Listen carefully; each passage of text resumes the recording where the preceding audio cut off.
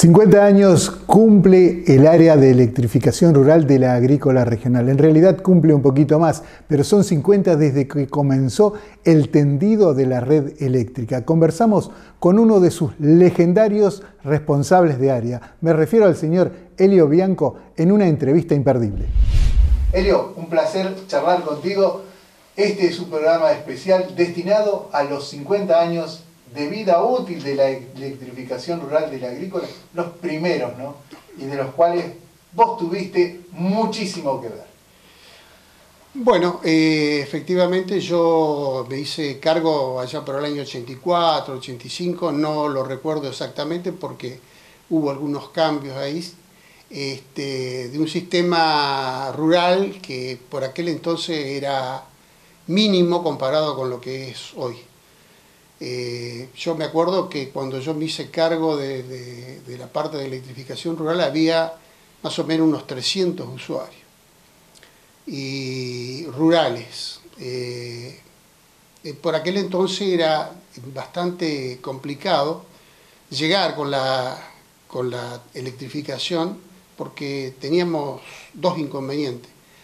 Uno que siempre fue oneroso llegar con la línea hasta la casa del productor.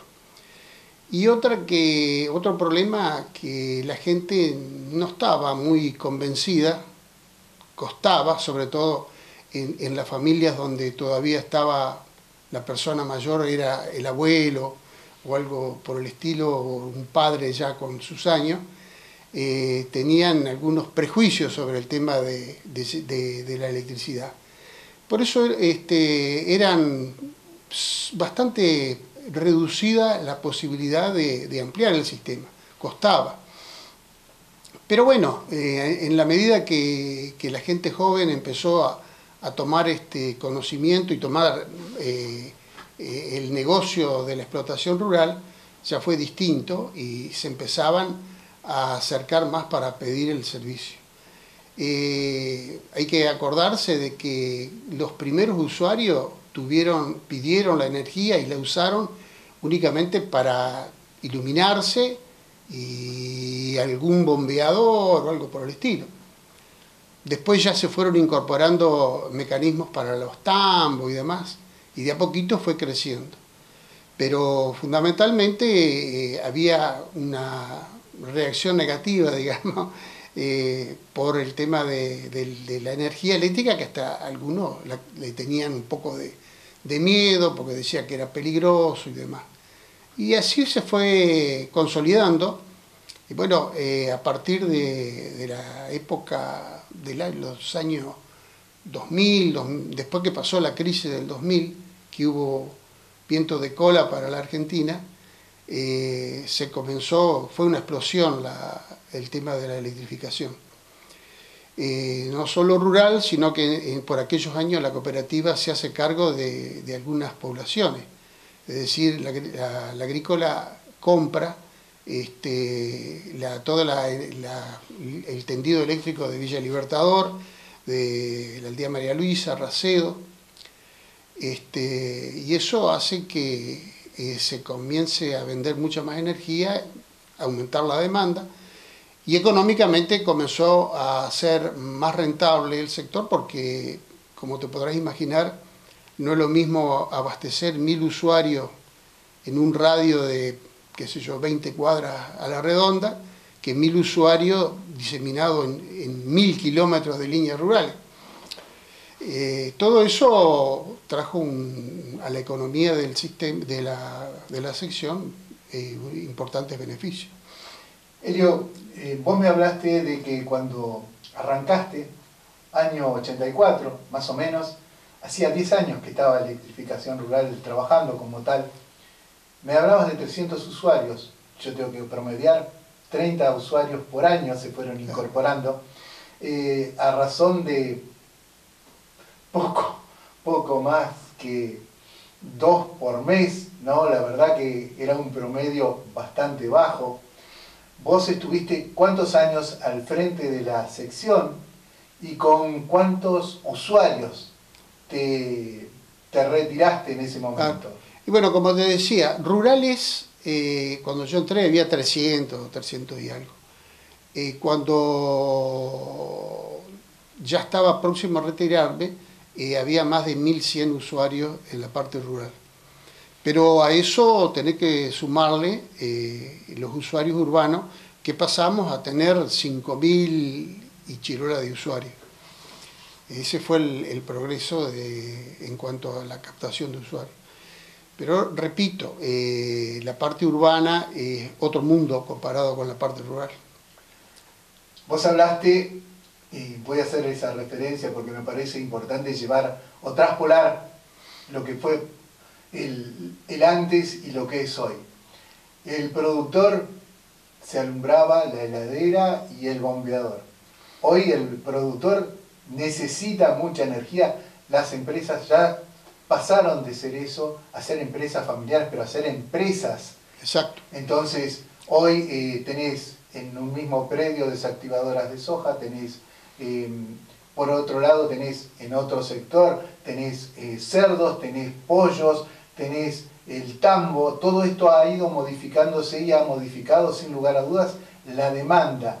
¿Y cómo ha sido ese crecimiento? Porque tiene que haber sido algo realmente exponencial de ese pequeño productor y su pequeña demanda a lo que se demanda hoy o se empezó a demandar hace unos años atrás ya, ¿no? Claro, en un principio, como decíamos, tenía la energía únicamente para cosas básicas, el bombeador, la iluminación, una heladera, pero después se fue reconvirtiendo con el tema del tambo, que empezó a automatizarse, o por lo menos tener un motor eléctrico, y así fue creciendo sobre todo, creo que lo que traccionó mucho el crecimiento de la electrificación fue la avicultura. La avicultura está muy tecnificada y se hizo muy grande, digamos, se pasó del productor que tenía 5.000 gallinas al que tiene ahora 50.000. Entonces, la avicultura requiere mucha energía eléctrica y sobre todo mucha potencia, porque tienen su pequeña o gran fábrica de alimentos. Y bueno, eso ha hecho que aumentara la demanda y hubo que tener alertas, porque hubo algunos veranos que la pasábamos mal, en el sentido de que la gran demanda que había producía algunos inconvenientes técnicos que en pleno verano, que se corte la energía eléctrica, era mortal para nosotros. Y los usuarios ya no podían estar sin energía eléctrica más allá de media hora, por decir algo. Bueno, después muchos de esos usuarios importantes pasaron a tener su propio grupo electrógeno para esos casos. Cuando yo me estaba retirando, había un productor por lo menos, que estaba instalando paneles solares para abastecerse de energía. Por aquel entonces había un inconveniente con la generación propia de energía, porque el excedente de esa energía no estaba legislado, y bueno, si vos querías venderle a la empresa provincial, había alguna serie de inconvenientes, que pagaba muy poco, vamos a decir, comparado con lo que costaba la energía, y si vos se la tenías que comprar.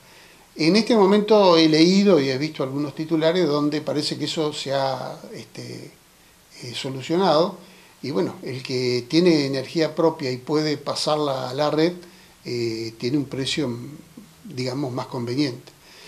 Y bueno, yo creo que es algo que de a poco se va a ir imponiendo, porque el tema de la distribución eléctrica pasa siempre por conflictos, sobre todo en las épocas estivales, donde las demandas aumentan considerablemente.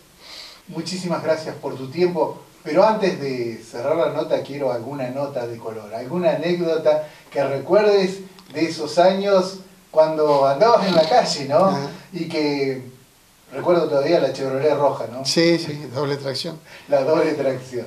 Bueno, eso es importante también destacar, no solamente el progreso intrínseco de la electrificación en la parte rural, sino también cómo fue progresando el tema de vehículos. Cuando yo me hice cargo había 2 Jeep, uno simple tracción y otro doble tracción. ¿Te imaginás los caminos de hace 40 años atrás?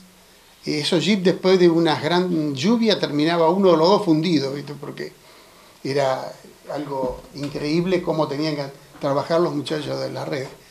Y bueno, como anécdota graciosa, pero no sé si muy graciosa, pero por lo menos interesante, en una de las, voy a contar la más suave, para la zona de Aldea Protestante se estaban tendiendo líneas nuevas con un crédito de la provincia, o sea que era bastante accesible. Y me tocó ir a visitar los que iban a quedar debajo del paso de la red para entusiasmarlos a que se conectaran. Bueno, llegamos a una casa donde el dueño de casa era una persona bastante mayor y prácticamente nos sacó, nos echó porque no, que eso era muy peligroso, que íbamos a terminar matando a alguna persona y demás. Y bueno, fue gracioso eso, tuvimos que irnos sin poderle ofrecer el servicio. Pero ahora han pasado 15 años. Llega una persona y era la hija de aquel señor y a pedir el servicio. Y le comenté yo de lo que me había ocurrido con el padre, le causó gracia y dijo, no, bueno, dice, tenés que perdonarlo, es una persona bastante mayor, dice, no entendía de estas cosas, creo que ya había fallecido el padre.